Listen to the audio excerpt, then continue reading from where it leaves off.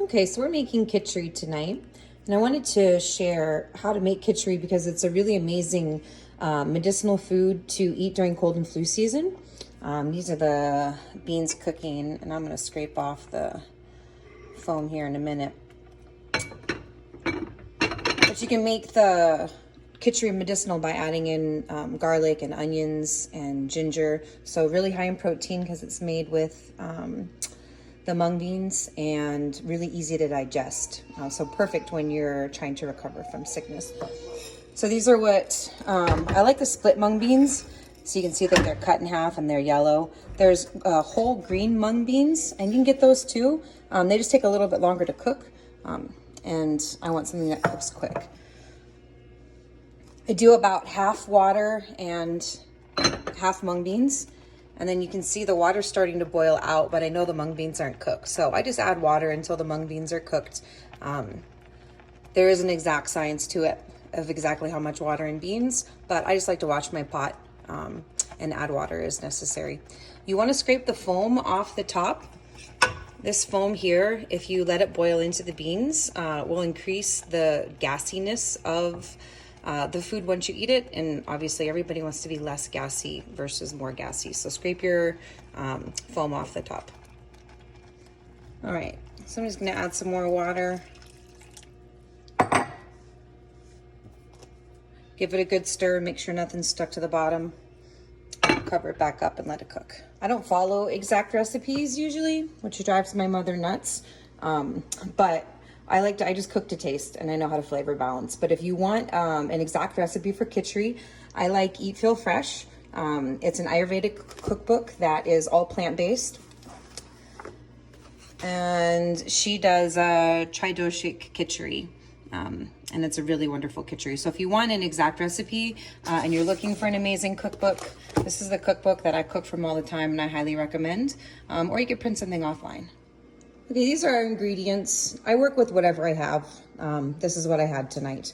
I would prefer if there was cilantro. I don't have it. I would prefer a lemon. Tonight I've got lime. I'd prefer more vegetables, but tonight all I've got is broccoli, onion, and tomatoes.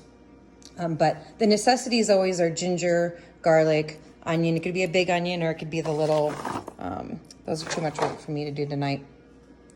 And then sweet potato. Whenever I start boiling my beans, I put the sweet potato in the oven, let the sweet potato cook, so that way when the Kitchari's done, the sweet potato's done, and I'll show you. It's a really nice topping to the Kitchari. So this is what we're working with tonight. Kitchari is traditionally served with rice. So when the beans are about halfway done, I start the rice. And then rice, you always just cook 1 cup rice to 2 cups water.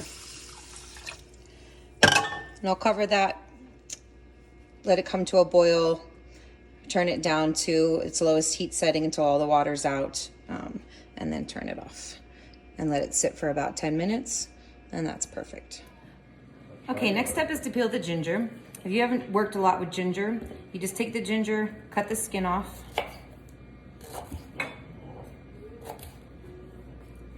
We're learning how to make Kitchari. What's Kitchari? What you're gonna have for dinner. Is that what you call it?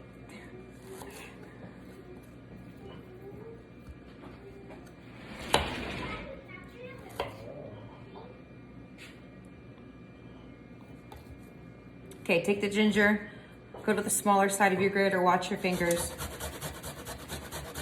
So ginger is really medicinal. It's heating to the body, warming to the system, so it's really great in the wintertime. Helps to, you can have some ginger, helps to let a fever burn. If you're trying to burn out, and you know the point of a fever is to burn out, heat up the body to kill the viruses and the bacteria. So if you're comfortable and you can stand the fever, one technique is to actually let the fever burn by adding more heat to the body, and ginger will do that. Antiviral, antibacterial, ginger is really an amazing healing food. You can make ginger tea out of it when you're sick, and that's what we'll do with the scraps. I always take the scraps, put it in some water, boil it, make some ginger tea, add a little bit of honey. So on the inside is where you're gonna find your ginger, and that's just gonna go into our frying pan to make the tarka. Okay, next thing to add to the tarka, and if you're not familiar with tarkas are where you take medicinal herbs, and you cook them in an oil. Traditionally, tarkas are cooked in ghee, but ghee is butter. So if you're following medical medium or you're vegan, you use coconut oil. So you got the coconut oil, the ginger. You saute up the medicines because a lot of vitamins and minerals are only absorbable with fat, so they're fat soluble. So you cook up the tarka to maximize the absorption of the medicines. And you cook it separate from the kitchari. I'm gonna put 4 cloves of garlic in tonight because I'm not trying to kill anybody at work tomorrow. If your whole family's coming down with a sickness and you wanna stop it that night, you don't want everybody to get sick, but everybody's kind of feeling ill, you can use an entire garlic clove. And you can put in more ginger and make it super potent. But you gotta be careful because the next day, everybody around you is gonna know you had medicinal kitchari for dinner. So garlic goes in, and then, okay, and then the final thing to go into the tarka is the herbs. So I'm gonna use a little bit of turmeric. Turmeric is anti-inflammatory. I'm gonna use a little bit of cumin. And then this is just a curry seasoning I like. It's got coriander in it, which is ground up cilantro seeds, a little fenugreek. Okay, so we get the herbs in, and then we're just gonna heat it up on the stove until the medicine's released. You can also, in your tarka, put a little bit of Himalayan salt. And then I forgot black pepper, but black pepper is also really amazing for knocking out colds and flus at any stage, but really powerful before it sets in. So we're gonna put a ton of black pepper in there tonight. Okay, so the tarka is sauteing. This is also then the flavoring for the kitchari, but you saute it first. You cook the oils and the medicines first to release the medicines. And then you can see my kitchari, you can see the beans are starting to soften. So I'm going to leave the lid off now so this water can dry up. And as soon as this is got another minute to marinate, I'm going to dump it in and season the kitchari. Okay.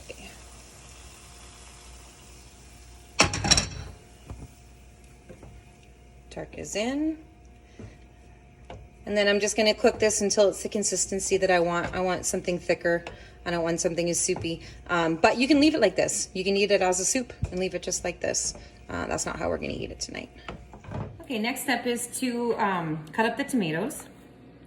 If you don't have a really great tomato knife, this is an amazing tomato knife, serrated. If you live in St. Mary's, go to the bazaar. The United Methodist Women have a bazaar in November, I think, coming up here. And they sell these knives, and it is amazing.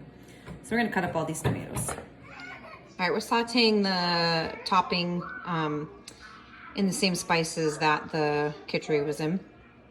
We're just gonna saute them till tender. You can literally use anything you have in your fridge. Any type of green vegetable, any type of root, carrot, and then remember we also still have our sweet potato in the oven, which we'll pull out here in a minute. All right, rice is cooking, kitchari's cooking, broccoli's cooking. We've got the tomatoes cut up, and then we're gonna just put some lemon into the tomatoes. Lemon, lime are all really great. I wish I had some fresh cilantro. I would put that in there.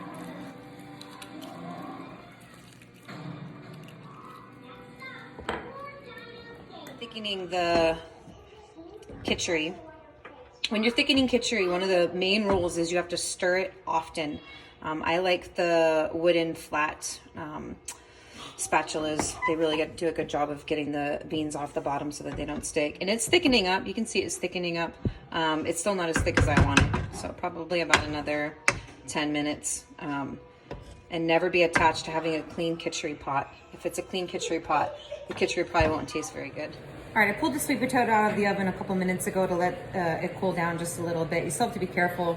Sweet potatoes, any potato that you take out of the oven is going to be super hot for at least 30 minutes. So it is still super hot, but I'm just going to peel it. To peel it, you just slice down the skin. And then to serve it, I'm just going to slice it in circles. And you'll see how I plate it up. All right, so we're at kitchari final product. It's not as thick as I would probably cook it, but my family is hungrier than the time it's going to take to boil that down. So we're going to serve it like it is. We've got the rice, we've got the sauteed vegetables. I found an avocado in my fridge, so that's on there. Also found cucumber, so that's in with the tomatoes and the lemon juice. The sweet potatoes on the side. Sweet potatoes are a great addition to every kitchari because they're super grounding, super nourishing. And then we top our rice like you would mashed potatoes with the kitchari. And if you hadn't, I wish I did, you would top it with some fresh cilantro and lime juice. We're gonna put a little lemon juice on it, and that's what we're working with tonight. I'll let you know how Tootie likes it. If you want to kick it up one more notch, you can sprinkle some cayenne on it. That dragon sauce. Like red something. What do you think, Cheyenne? Mm, You love it? yeah. Yeah. What do you think, Ethan? 2 thumbs up? Awesome. All right, one of the best parts of Kitchari is leftovers. So, especially if you're using this to ward off cold or flu or any type of sickness, it's nice to have a lot of leftovers. This is enough to feed my whole family all over again. Or if you're by yourself, this could feed you for a couple days. So if you're not feeling really well, to have something super nutritious, delicious, ready on hand in the fridge. You just heat it up, it's ready to go. All right, final part of dinner is the ginger tea. So I just put some water in the ginger peelings and threw some lemon balm in from that I dried from the garden this year. If you don't grow lemon balm, you can buy it on Amazon by the pound. It's super inexpensive to make teas out of it. Lemon balm's amazing antiviral. It is also an antibiotic. There's no bacteria that's been shown to be resistant to lemon balm. So like there's a lot of bacteria, there's a lot of antibiotic resistant strains out there. So if you encounter one of those, there's nothing that's resistant to lemon balm. So drink the tea or take a tincture as much as possible. I just run it through a strainer with one hand. Not very well. And then to sweeten, this is the greatest stuff on the planet. It's an organic liquid stevia by Omika Organics, butterscotch toffee. It's basically like a caramel toffee. You put this in anything and it tastes amazing. My kids will literally drink anything if I put a drop of this in.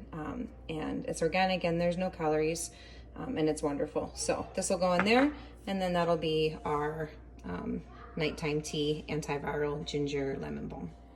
All right, if you have a sick child or you are noticing your child is about to get sick, or there's other sick children in the house, you can dose everybody this with. So prior to putting in the ginger and lemon balm tea, I put a little bit of water in, and then this is astragalus. Astragalus is a really powerful immune booster, so I'm just putting a little bit of the powder in there, and then I'll just put that back in the bottle. I'll take that later. Liquid zinc sulfate is the zinc. There's different types of zinc, and zinc sulfate is the type that the medical medium recommends, and I noticed a huge difference in healing my autoimmune disease and just not getting sick when I started using liquid zinc. So you'd only give this to your child after they've had a meal, otherwise they'll get an upset stomach and throw up. So I'm gonna put 2 drops. Each drop is 1.5 milligrams of zinc sulfate. So I put 2 in, so she's gonna get 3 milligrams of zinc. She's gonna get a little bit of astragalus powder. And then this is a vitamin C powder made from cherries.